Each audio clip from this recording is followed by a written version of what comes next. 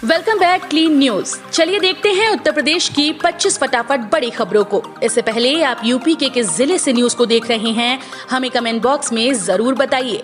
साथ ही daily update रहने के लिए चैनल को सब्सक्राइब कर बेल आइकन को दबाना बिल्कुल न भूलें। आज का लाइक एम 3000 है, उम्मीद करते हैं आप इसे जरूर पूरा करेंगे।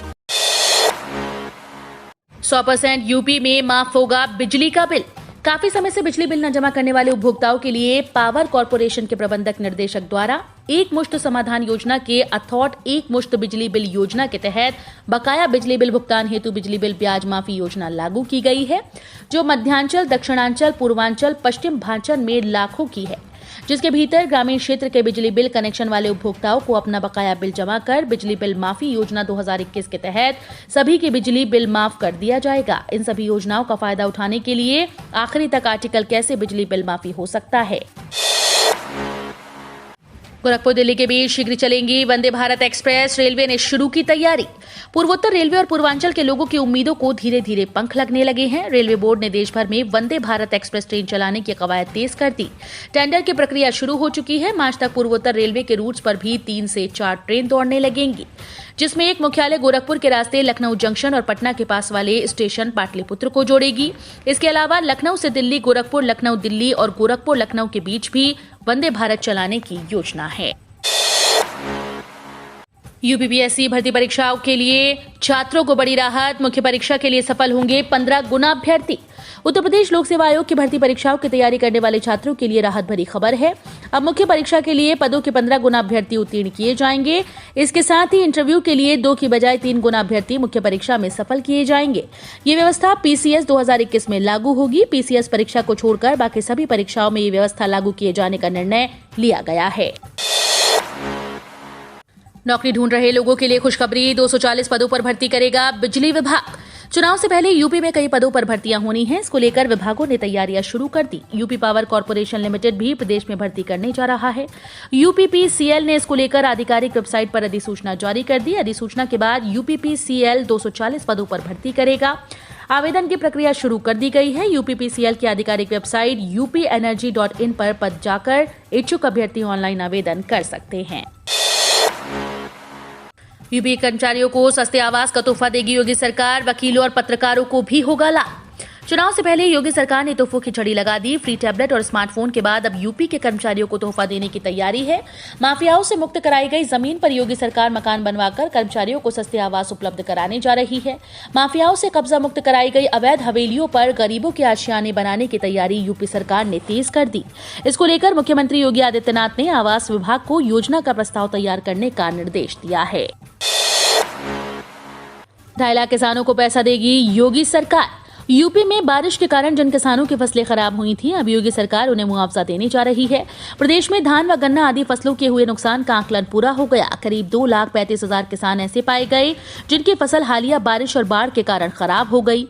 कृषि और राजस्व विभाग के सर्वेक्षण के बाद शासन ने करीब 77 करोड़ 88 लाख रुपए जारी कर दिए। अब सरकार ने जल्द से जल्द इन किसानों को पैसा देने के आदेश दिए हैं। किसान जिलाधिकारी ऑफिस में बनी लिस्ट में अपना नाम चेक कर सकते हैं। सड़क हादसों में घायल की मदद की तो मिलेगा 1 लाख तक का इनाम। जानिए कहां देनी होगी सूचना। सड़क हादसों के दौरान घायलों की मदद करने वाले अनजान नेक आदमी को अब बतौर प्रोत्साहन राशि के तौर पर 5,000 से लेकर 1 लाख रुपए तक का इनाम दिया जाएगा। ये जानकारी प्रदेश के परिवहन आयुक्त धीरज साहू ने दी। उन्होंने कहा कि अभी तक ये व्यवस्था परिवहन विभाग की तरफ से प्रस्तावित थी, लेकिन अब इसे केंद्र सरकार की मंजूरी मिल गई है। नेक आदमी प्रोत्साहन योजना अक्टूबर 2021 से प्रदेश भर में लागू कर दी गई। दरअसल नेक आदमी की अवधारणा परिवहन विभाग ने इस मंशा के साथ रखी कि किसी भी आकस्मिक सड़क दुर्घटना के समय जो भी घायल हो उसे मौके पर ही मौजूद अमुक नेक आदमी से मदद मिल सके। उत्तर प्रदेश लोक सेवा आयोग कंबाइंड कृषि सेवा मुख्य परीक्षा के लिए आवेदन शुरू। उत्तर प्रदेश लोक सेवा आयोग ने सम्मिलित राज्य कृषि सेवा परीक्षा 2020 के लिए ऑनलाइन आवेदन प्रक्रिया शुरू कर दी। यूपीपीएससी की एग्रीकल्चर सेवा प्रारंभिक परीक्षा में सफल अभ्यर्थी लोक सेवा आयोग की वेबसाइट uppsc.up.nic.in पर जाकर मुख्य परीक्षा के लिए ऑनलाइन आवेदन कर सकते हैं। आयोग की ओर से वेबसाइट ऑनलाइन आवेदन का लिंक भी एक्टिवेट कर दिया गया है। यूपीपीएससी के लेटेस्ट नोटिस के अनुसार आयोग की वेबसाइट uppsc.up.nic.in के होम पेज पर देख रहे link fill online details for combined state agriculture services exam 2020 पर जाकर जरूरी सूचनाएं भर सकते हैं। पुरानी पेंशन को लेकर पदयात्रा निकाली गई। पुरानी पेंशन को लेकर अटेवा पेंशन बचाओ ने शुक्रवार को पूरे प्रदेश में पदयात्रा शुरू की। लखनऊ में शहीद पथ से जिला मुख्यालय तक यात्रा निकाली। इस दौरान पुरानी पेंशन की मांग को लेकर कर्मचारियों ने नारे लगाए। आवाज उठाई गई कि जब पश्चिम बंगाल पुरानी पेंशन दे सकता है तो उत्तर प्रदेश को भी देनी चाहिए।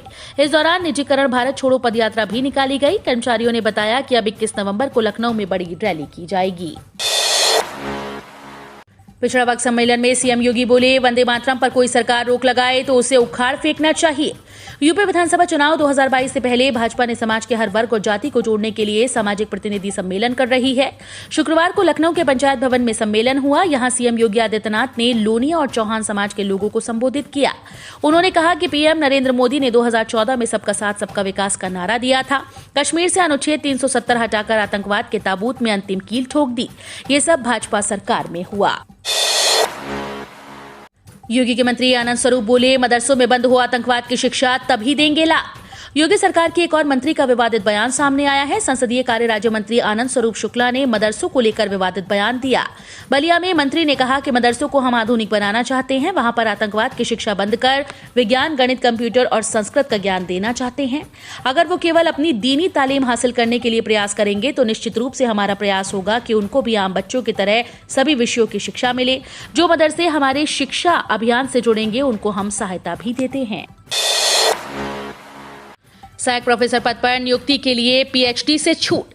विद्यार्थियों की इस मुसीबत को समझते हुए आयोग ने एक बड़ा फैसला लिया। आयोग के अनुसार जुलाई 2021 से जुलाई 2023 तक विश्वविद्यालयों में सहायक प्रोफेसर्स की भर्ती के लिए न्यूनतम योग्यता के रूप में पीएचडी को हटा दिया गया।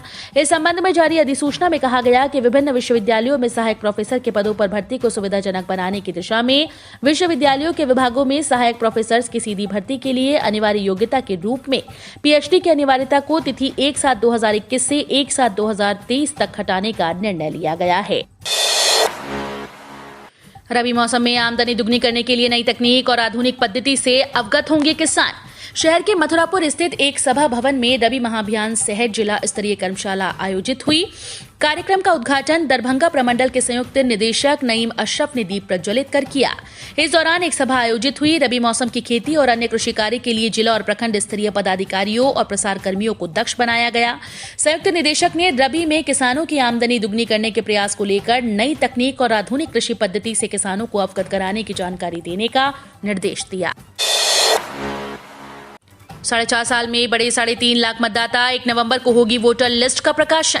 विधानसभा चुनाव में इस बार 3.5 लाख नए मतदाता अपने नेता का चुनाव करेंगे। लगातार अभियान चलाकर निर्वाचन कार्यालय ने 4.5 सालों में 3.5 लाख नए मतदाता सूची में शामिल कर लिए। पिछले चुनाव में जहां 42 लाख मतदाता थे, वहीं इस बार नवंबर तक मतदाताओं की संख्या 45,11,105 हो गई। इसमें पुरुष मतदाता 24,62,239 हैं और महिला मतदाता 20,48,292 हैं। वहीं इस बार ट्रांसजेंडर भी 574 होंगे। 25 अक्टूबर को 5 किलोमीटर तक रहेगा फोर्स का पहरा। 25 मोहल्लों की निगरानी करेगा सुरक्षा बल। 25 अक्टूबर को घर से निकलने से पहले विशेष सावधानी बरतनी होगी। इस दिन पुलिस फोर्स से लेकर विशेष सुरक्षा बलों का पहरा होगा। शहर के साथ साथ यहां गांव पर भी पुलिस फोर्स तैनात की जाएगी। सोमवार को 5 किलोमीटर के दायरे से लेकर शहर के 25 मोहल्लों में सुरक्षा बलों की खास निगरानी रहेगी। इसको लेकर सभी तैयारियां पूरी कर ली गई हैं। सुरक्षा बलों ने चप्पे चप्पे पर नजर रखने के लिए कमर कस ली है। अखिलेश यादव के साथ एक मंच पर होंगे ओवैसी। जानिए क्या बोले ओम प्रकाश राजभर। सुबह सपा और सपा के गठबंधन के बाद भागीदार संकल्प मोर्चा के भविष्य पर सवाल खड़े हो रहे हैं। सबसे बड़ा सवाल ये खड़ा हो रहा है कि क्या अखिलेश यादव एक एआईएमआईएम प्रमुख असदुद्दीन ओवैसी के साथ मंच पर आएंगे।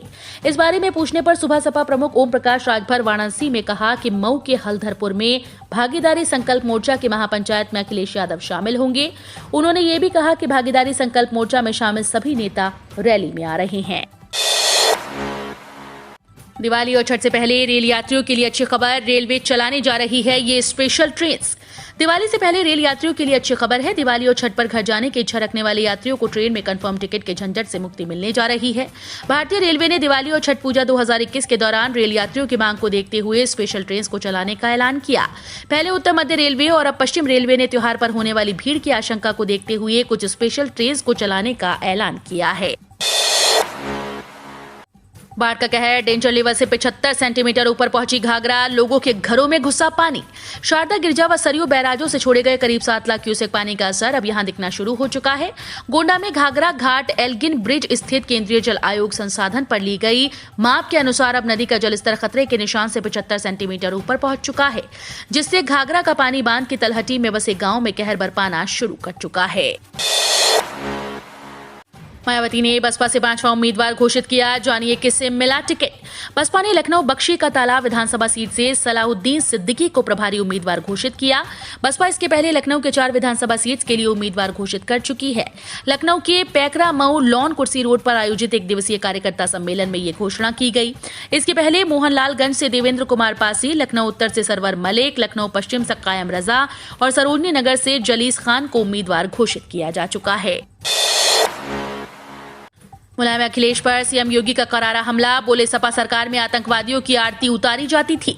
यूपी के मुख्यमंत्री योगी आदित्यनाथ ने शुक्रवार को विपक्षी दलों पर करारा प्रहार किया और कहा कि सपा सरकार में हिंदुओं पर झूठे मुकदमे दर्ज हुए, राम भक्तों पर गोली चलवाई जाती थी और आतंकवादियों की आरती उतारी जाती थी।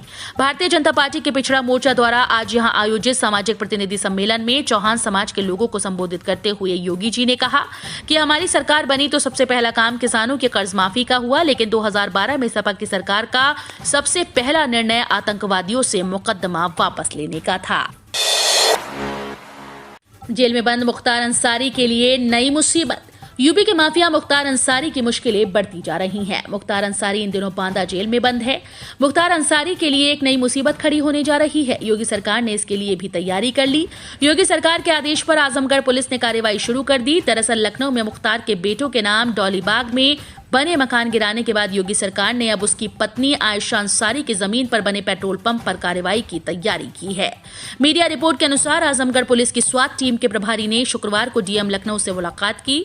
माना जा रहा है कि इसके बाद स्वाट टीम कुर्की की कवायद शुरू कर देगी।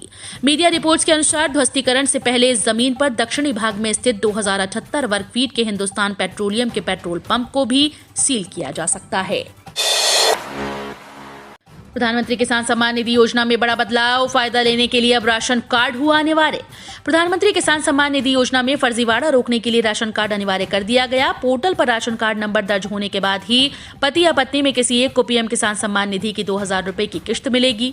योजना के तहत नए पंजीकरण पर राशन कार्ड नंबर देना अनिवार्य होगा। पीएम किसान के रजिस्ट्रेशन की व्यवस्था में अब कई परिवर्तन कर दिए गए हैं। आज 23 अक्टूबर को 77 लाख किसान परिवारों को किसान कल्याण योजना के तहत दिए जाएंगे 1540 करोड़ रुपए। प्रधानमंत्री किसान सम्मान निधि योजना के तहत देश भर के किसान परिवारों को 6000 रुपए 3 किश्तों में दिए जाते हैं। इस योजना की तर्ज पर कई राज्य सरकारों ने भी किसानों को सीधे आर्थिक सहायता उपलब्ध करवाने के लिए कई योजनाओं की शुरुआत की। मध्य प्रदेश राज्य सरकार द्वारा किसानों को आर्थिक सहायता उपलब्ध करवाने हेतु मुख्यमंत्री किसान कल्याण योजना चला रही है।